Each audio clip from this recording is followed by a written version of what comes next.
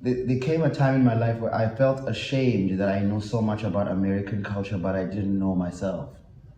And I know about Jordan, I know about Biggie, I know the dates they were born, I knew when Nikes were made, I knew colorways, I knew people's history, but I didn't know my father like that. Sure. I didn't know my grandfather, my grandmother like that. I felt ashamed, you know, and that's what drove me to this cultural knowledge. Hey guys, thanks for tuning in to another episode of Brands and Friends. My name is Chris Kirchling. In this podcast, I speak to other creatives about branding. We speak about career moves. We speak about our journeys in the creative industries. Today's guest is none other than the only Scoop Makatini, aka Siyabonga Ngwekazi. How are you, brother? I'm nice, man. See you, man. Yeah. Thanks for joining me on my little journey here on the podcast. What is it called again? Brands and Friends. Brands and Friends. I like it. Guys, I've known this guy since 2005. We've never talked to work. And it's so crazy that I'm here right now doing this with you. Like, yeah, it's amazing. So thank you for the invite. I really appreciate it. Very excited to talk to you. Me too, because you know me so well, but you also see me from an outsider's point of view. Yes. And I'm just very interested to get reintroduced to myself through your questions. That's amazing. I'd love to do that. So starting off with, to me, you're a man, well, to all of us, I think you're a man of many talents and you're a man of many titles. You describe yourself as a representer that happens to be on TV rather than just being a TV presenter. You're a journalist, you're a broadcaster, you are a... You're definitely in the Insta stories. You have the license to be in the Insta story. That's like the in-depth knowledge. Research your guests. Yeah. You're also a keeper of ancient knowledge and African wisdom, and I think you also like feed that back to the world. I think it seems like it's kind of your mission as well. So I want to unpack that a little bit more as we go along. Maybe just give us a little like insight as to like how it all started for you. Like how did you end up here? How did you get into TV? Did you always want to be in television, or was that something that just kind of like sort of happened to you?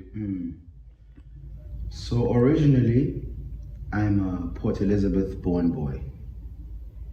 And it was a small town, 1982. So born in the 80s, apartheid was still alive. I didn't have any big dreams, didn't have any big aspirations. I just wanted to get by. And time went past and television came through, watched a lot of American television, Fresh Prince of Bel-Air, Martin Lawrence.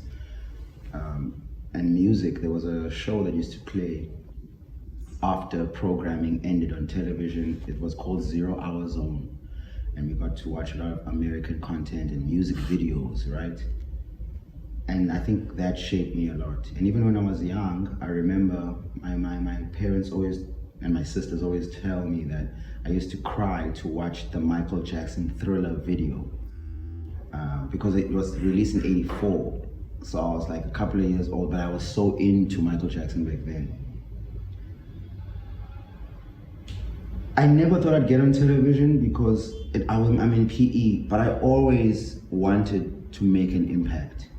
And I think that's how it started for me. And even being on television came roundabout way because I got involved in basketball. And basketball led me to television. So I didn't think it would happen, but I'm glad it did. But it was a very roundabout way. Okay, so you didn't have this big dream or this big goal of like being this person on television, and you were following the steps along the way. It was something that just sort of like happened to you. I knew that I commanded, because even when I was young, I was the first. So in it's called primary school here in South Africa. So like grade 1, grade R or whatever, till about standard 5 -2, grade 7, which is primary school. In my primary school, I went to a colored primary school because my parents couldn't afford white schools then. So I went to a colored school. I was the first black head boy in that school. And I was involved in plays. So I always had this command of speech and attention.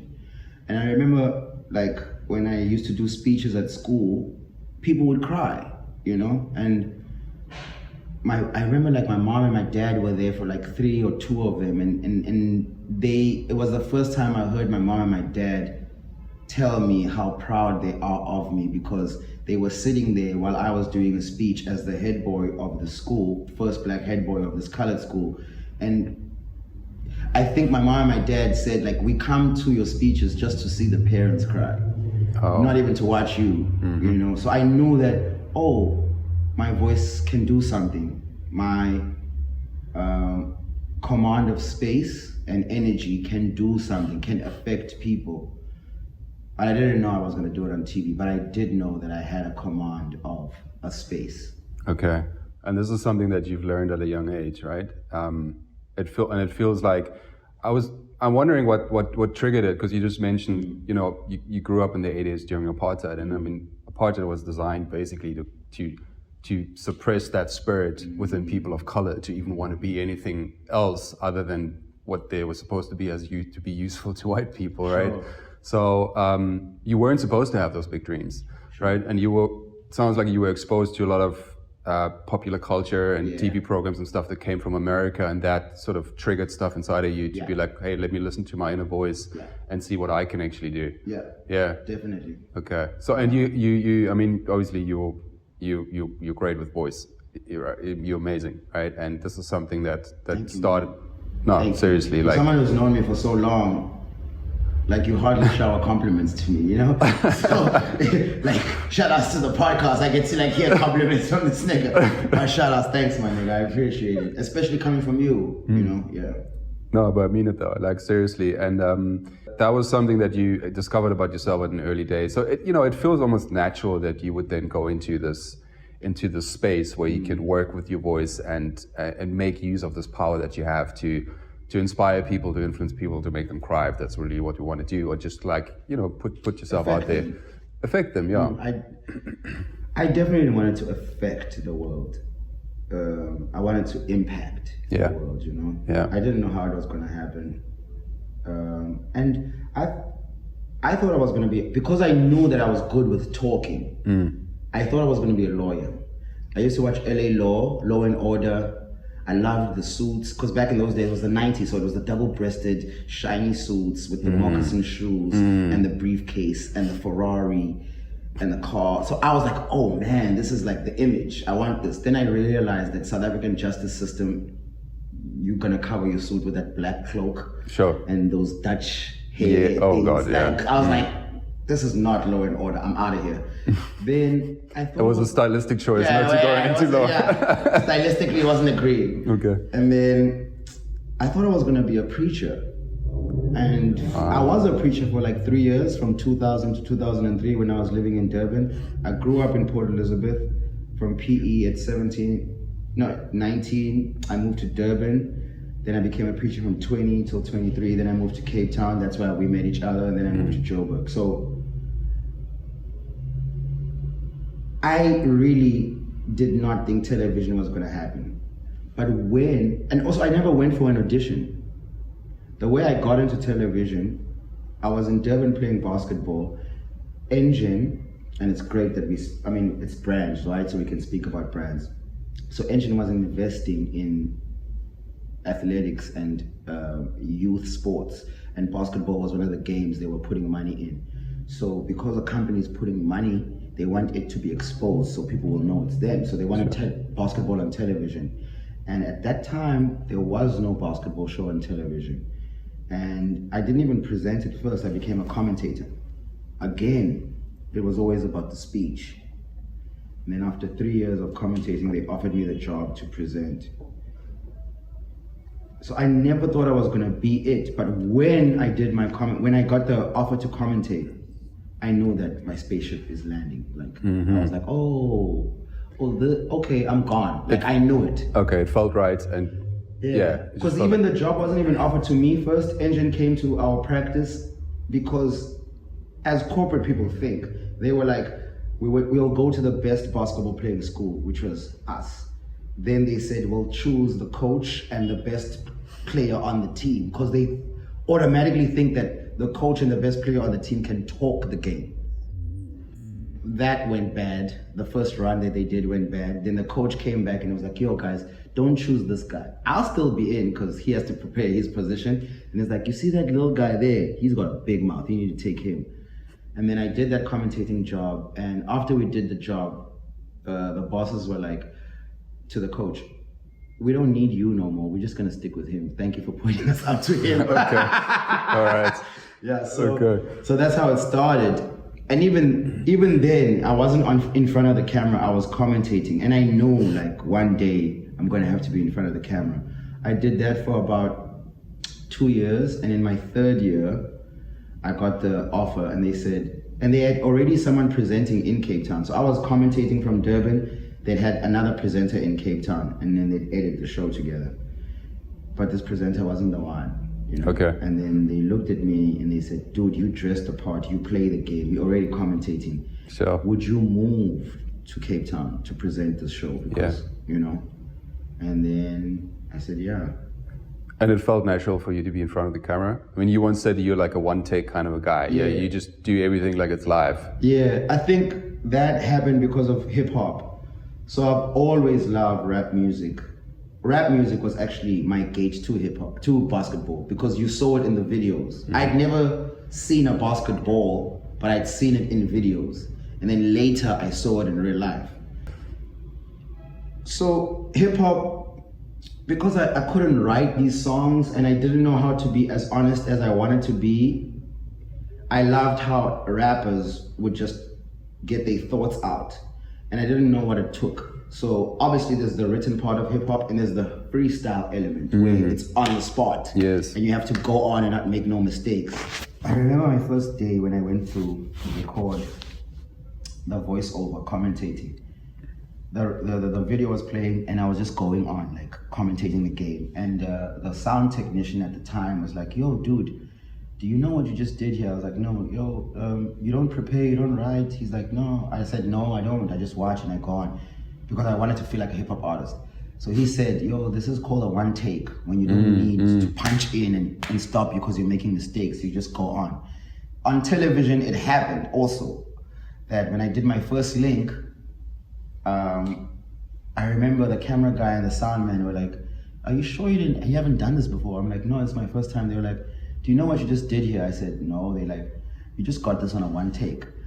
And I remember hearing that word from the sound technician. So, but they saw like the disillusionment in my face. They were like, he doesn't know what we're talking about. So they explained like, when you get things on a one take, it means you're cutting us time because as cameraman, as sound man, you can get it on one take and you can leave early. Yeah, and you're being authentic. It's almost like you're being 10 years ahead of your time. Because back then, everything was still about perfection. Like practices down to the T, we do it as many times as we need to until it's perfect.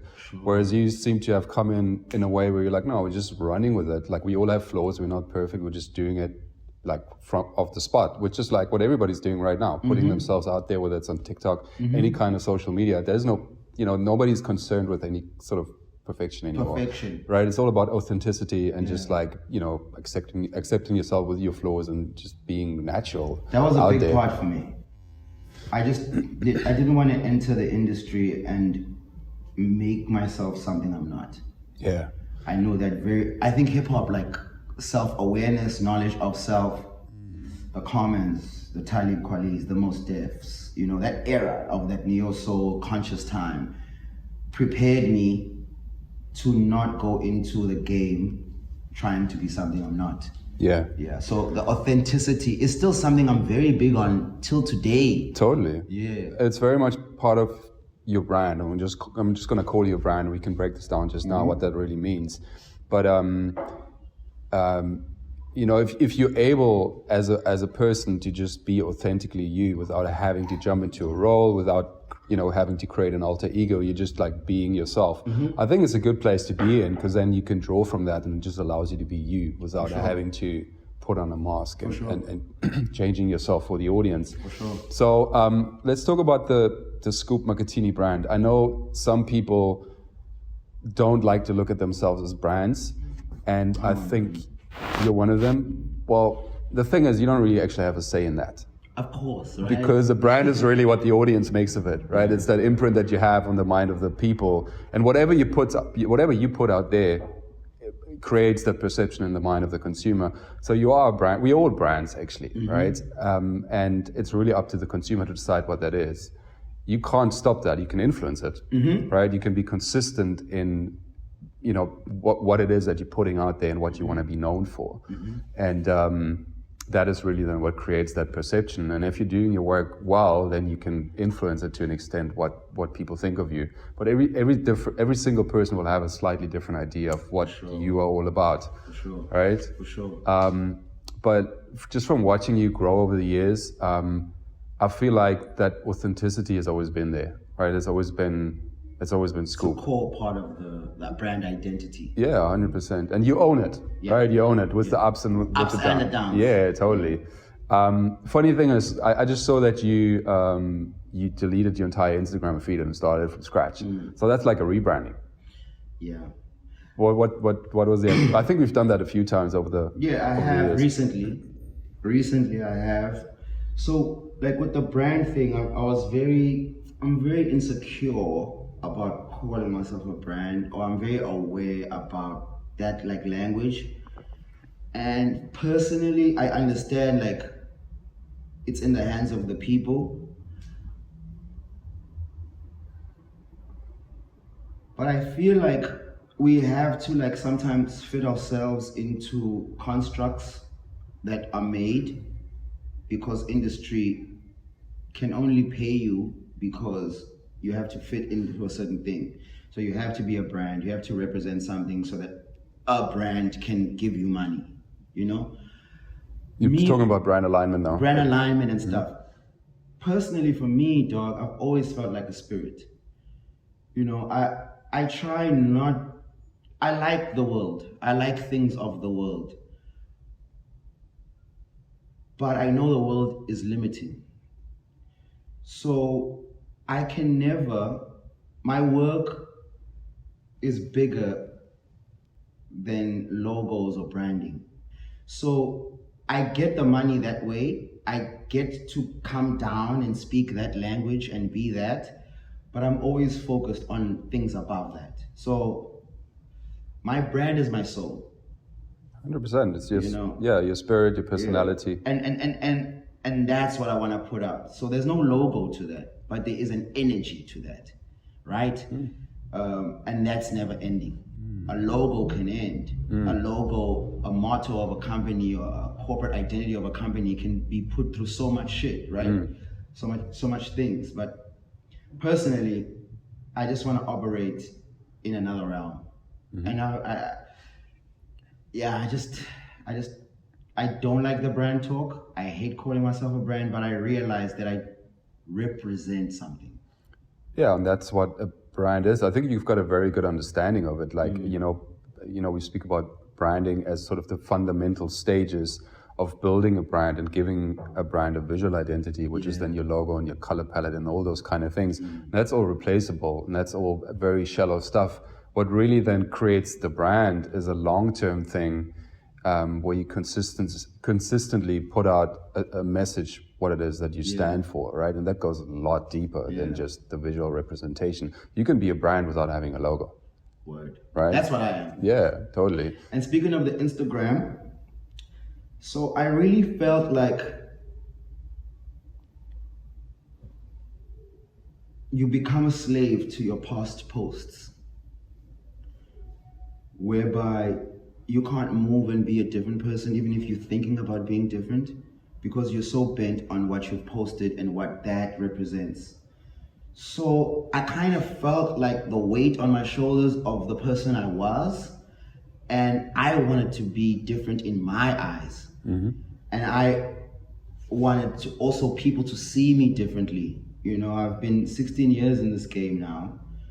And the other beautiful part about this thing is that you always have to regenerate yourself, like the snake sheds the skin, you know? You always have to regenerate yourself.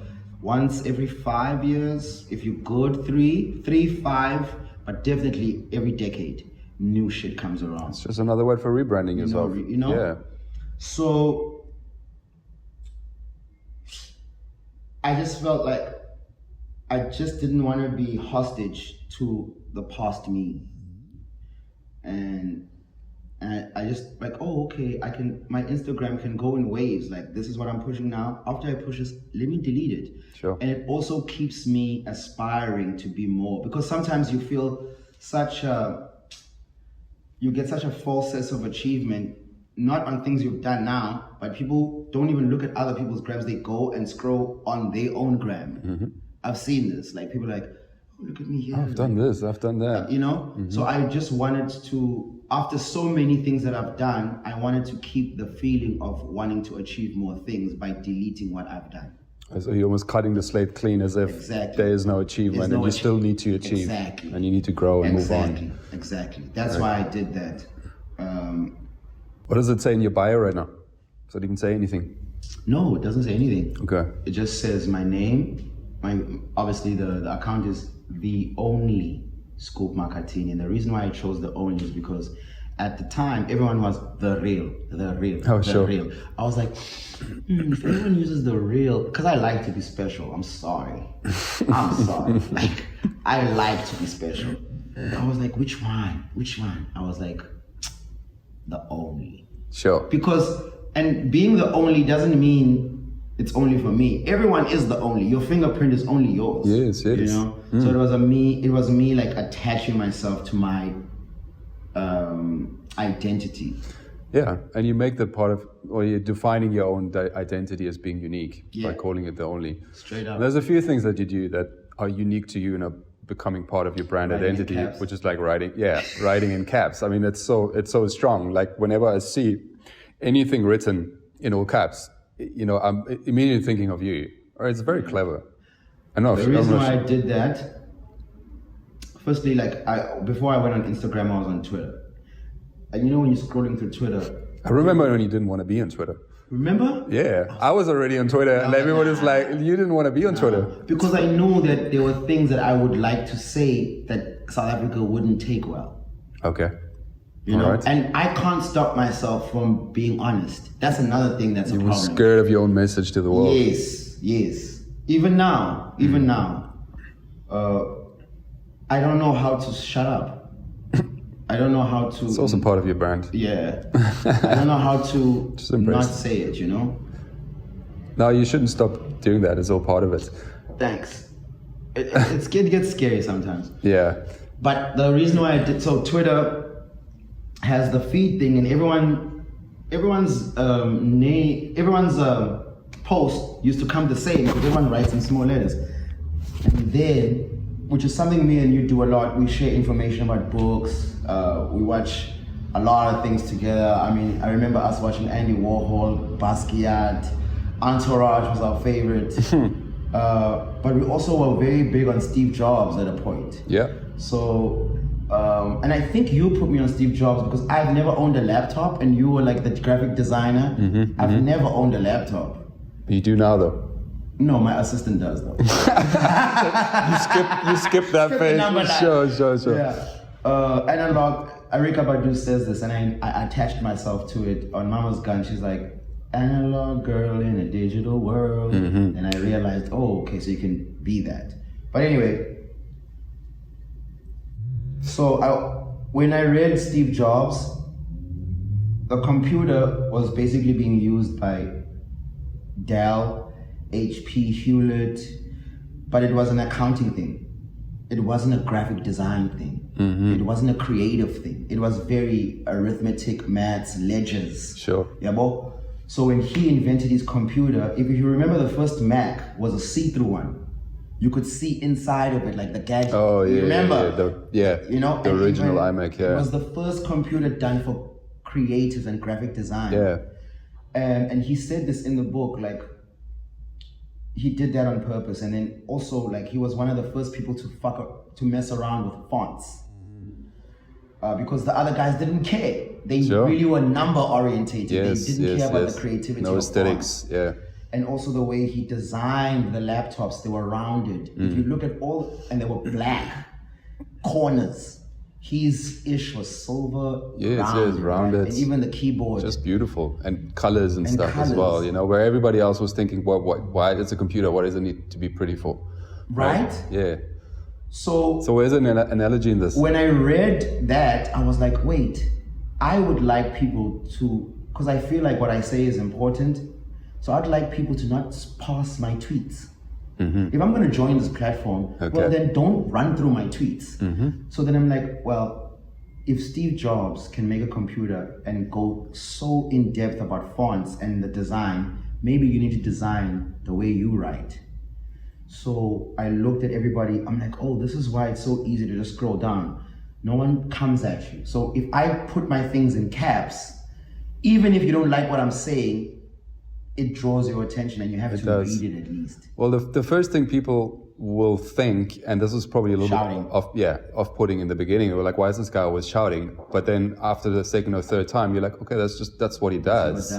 And that's just part of who he is and part of the, the brand again. But like, then there's a consistency in that. And that's really when you make that imprint on the mind of the consumer, or your audience. Like, this is when stuff gets stuck. I did it on purpose too. It started off as an exercise. Then it was like, I liked being questioned about it because it allowed me to, because after you get famous for a while, you get into the trap of doing things to please that audience that you're famous for. It's so hard to go opposite of what they expect from you. Yeah. So I liked it because it made me, after being familiar with people and people being familiar with me, it made me separate myself from them and let them know, like, there's another side, and go against the grain. Be okay with doing something that people question, because a lot of people, especially in the entertainment sphere, they start off fresh, new, because no one knows them.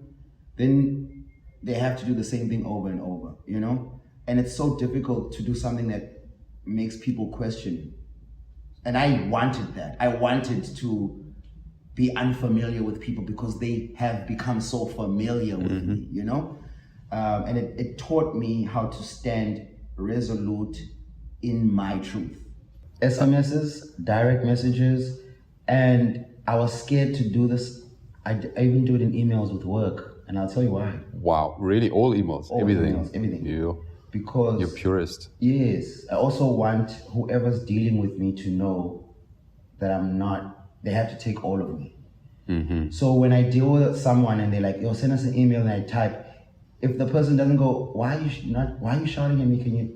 I realize that that's the person that I need to work with, When I also like when people ask, like, is there anything wrong? Why are you writing in caps? Are you shouting? I'm like, no, this is the way I write. And I always gauge someone's character by the way they take me writing in caps. But it's nice because it's almost like a disclaimer to any brand, telling them that I'm nothing like you've ever dealt with, and I'm not going to conform to anything that you are usually used to. Okay. You can take that, then I'm good to work with you. So it's like a flag before a red flag. Cool. Let's actually talk about this a bit more. We spoke about brand alignment earlier, and brand ambassadorship and you representing brands. You've just mentioned a few things of how you figure out what is a good fit. And I've been asked this before by young students who are just up and coming artists who are like, what should we look out for when we choose brands to align with and brands to collaborate with? What's your process? I mean, you for you right now it's Hennessy, there's NBA, there's been many on the way. How do you pick the right brand to align with? In the beginning in South Africa, you really have no choice. Whichever brand comes to you and presents you with a good check, you take it, because money is hard to come by in the entertainment industry. So you actually have no choice in SA until you get to a certain point where you can actually choose. I'm at that point now. And it's really about your principles. I eat different, so there's certain foods or certain companies that handle foods that I won't do. Sure, you wouldn't endorse McDonald's. I wouldn't endorse McDonald's, but I can pitch to them something that might involve them in basketball. Even with Hennessy, the reason why I'm in love with them so much is because they're not just pushing alcohol, they're involved in the sport, they're building courts, they're involved in art. So the brand needs to exist outside of its primary business. It needs to also use the money it gets from its primary business, from us, the consumers, to bring back to the community. Right, and this is also where your values align. You just called them principles, right? Exactly. But these are your brand values. You want to give Exactly. back to the community. This is part of what you stand for, and you will align with companies and brands that stand for the same thing. Exactly. So I might not eat meat, I might not drink dairy, but if Clover wants to get involved in basketball, there's no reason why I shouldn't. I'll take that money and I'll put it into the community. You know what I mean? Sure. Robin Hood, rob from the rich, give to the poor. Robin School. Here we go. We're back on the titles, on the self-given titles and the category. I mean, you can't be boxed. You can't be put into just like one drawer and one category. But there's so many different things I feel like that you are and that you very authentically are. What do you think is the main thing right now? Like, where do you have the most impact? Right now, my most impact, I think, is with style and fashion.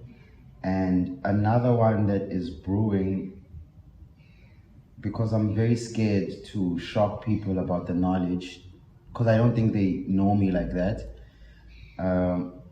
is consciousness, African, Black culture, history type vibes, esoteric knowledge also, Okay. you know. So I'm very afraid, I won't lie, I'm afraid to like have people see that side because People are not ready for that. I don't think they are. And so I'm giving it to them in little doses, you know, building that community little by little. But yeah, I think I have the most impact right now. And because clothing is another thing, because I evolve like nicely and I listen to my evolution. So a lot of people know me for sneakers. Like I haven't worn a sneaker in 2 years. I know. You know, I'm in shoes now. I haven't worn jeans in a minute. I'm like pants driven now, you know? So I haven't seen someone outside of American guys, obviously, that are artists. I haven't seen someone who can transform and evolve with style like me. I haven't. So fashion has been a big part in shaping your identity, right? I mean, you've always kind of Expressing it, not shaping it. expressing your identity. All right, cool. It's expression more like an outwards thing. Like you used it to bring across what you stand for, what you're all about. Yeah. It started as a form of obviously identifying with the hip hop culture and basketball. And then there came a time in my life where I felt ashamed that I know so much about American culture, but I didn't know myself. And I know about Jordan, I know about Biggie, I know the dates they were born, I knew when Nikes were made, I knew colorways, I knew people's history, but I didn't know my father like that.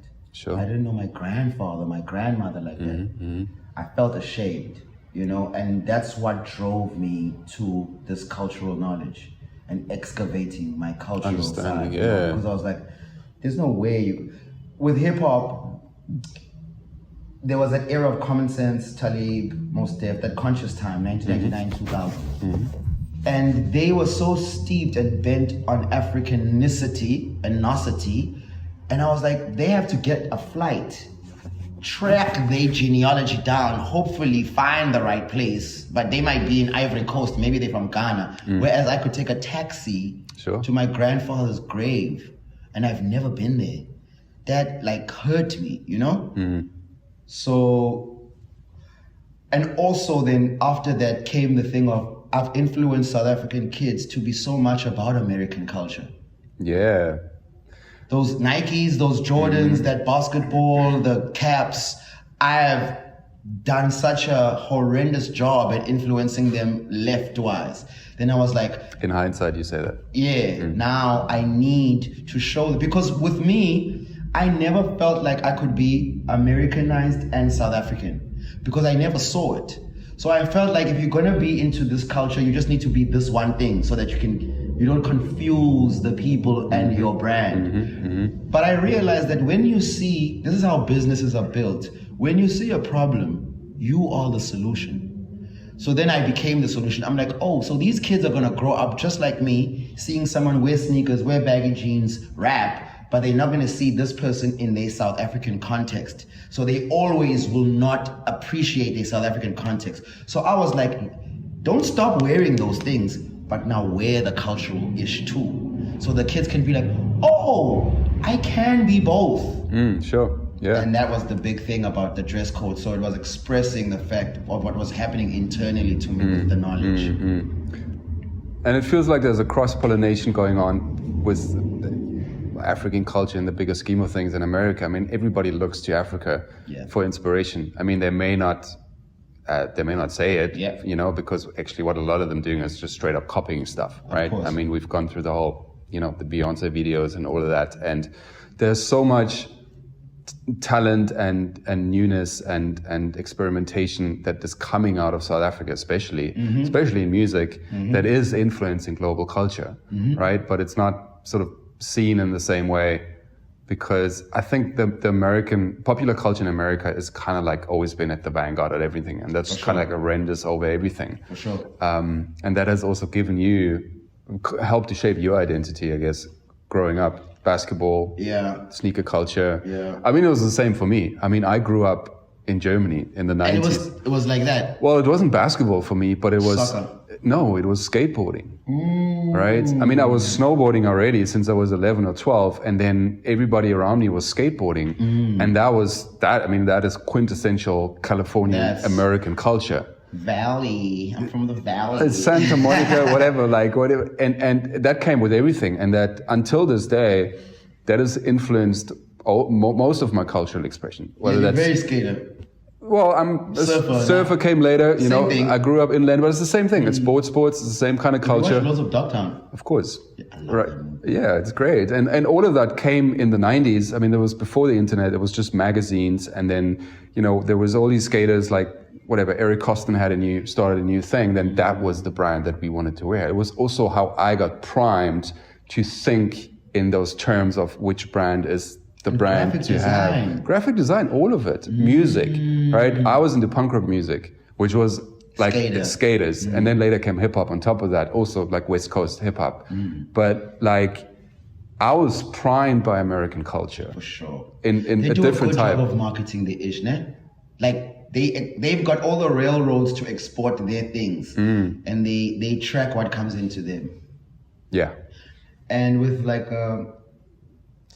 with the American culture and South Africa and Africa now, it's a lot of things that are contributing to us being where we are and the way we're being seen right now.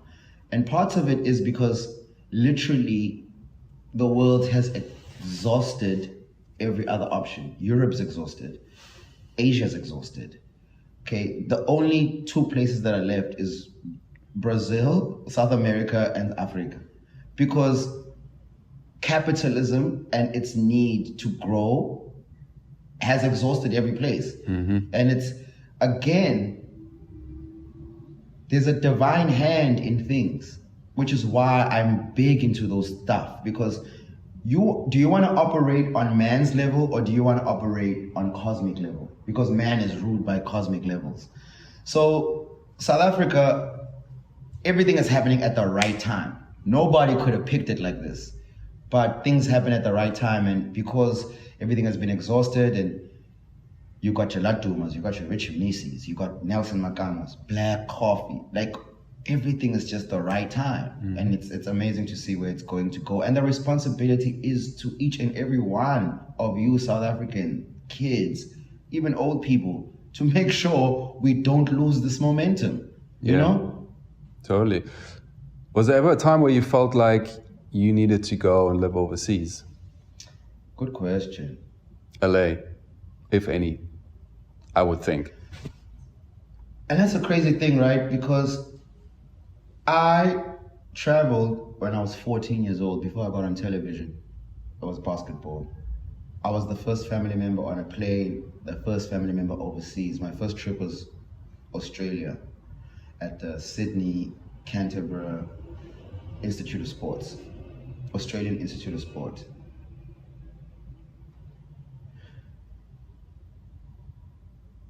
And after that, it's been so many other things. Before I got on television.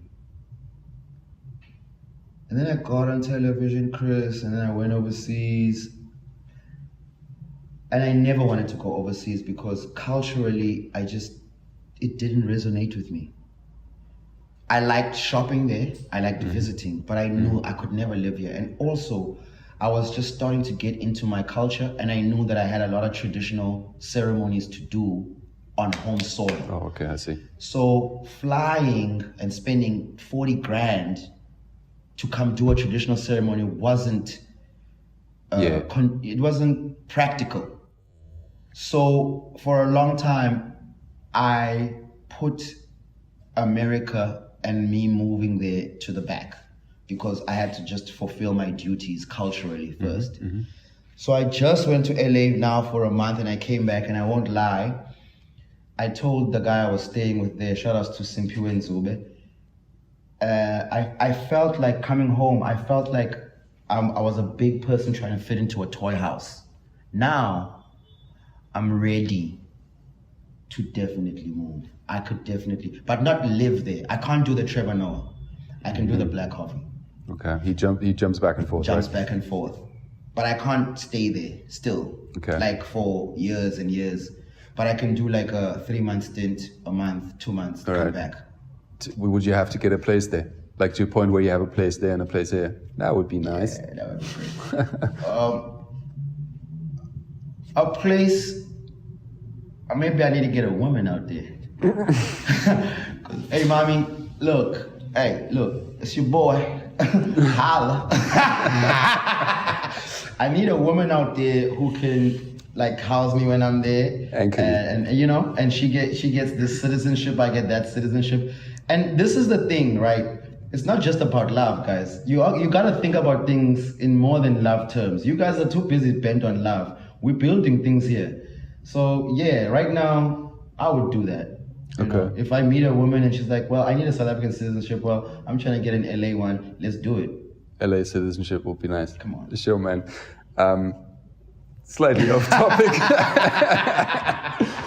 Okay, but like, so you would move or like half move to the States maybe for your career's sake, right? Because that could unlock new stuff, right? Yeah, and I think I've also reached the ceiling at home. Yeah. In terms of work, and I'm trying to do things, but at home, they don't get it. I think they get it, but they just don't want you to get it, you know?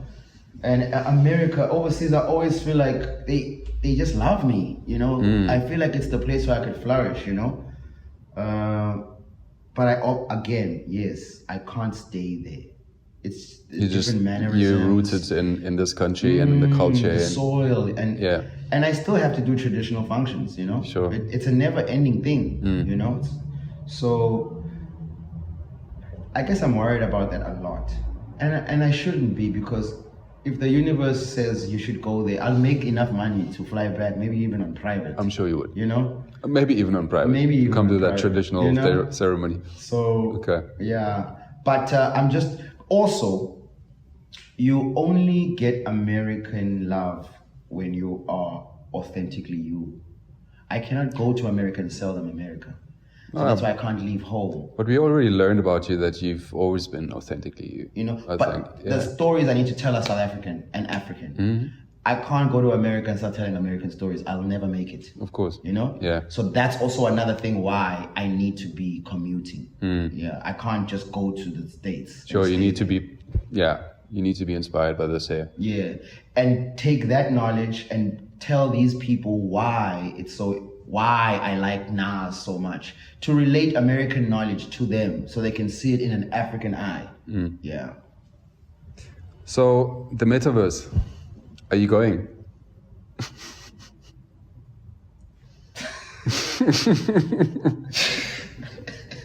No, dude, I'm not going to.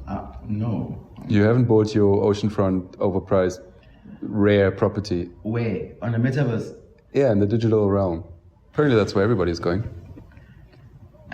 Chris, it's weird for me, that thing. It's very weird. So, no, I'm in the multiverse. Yes. Not the metaverse.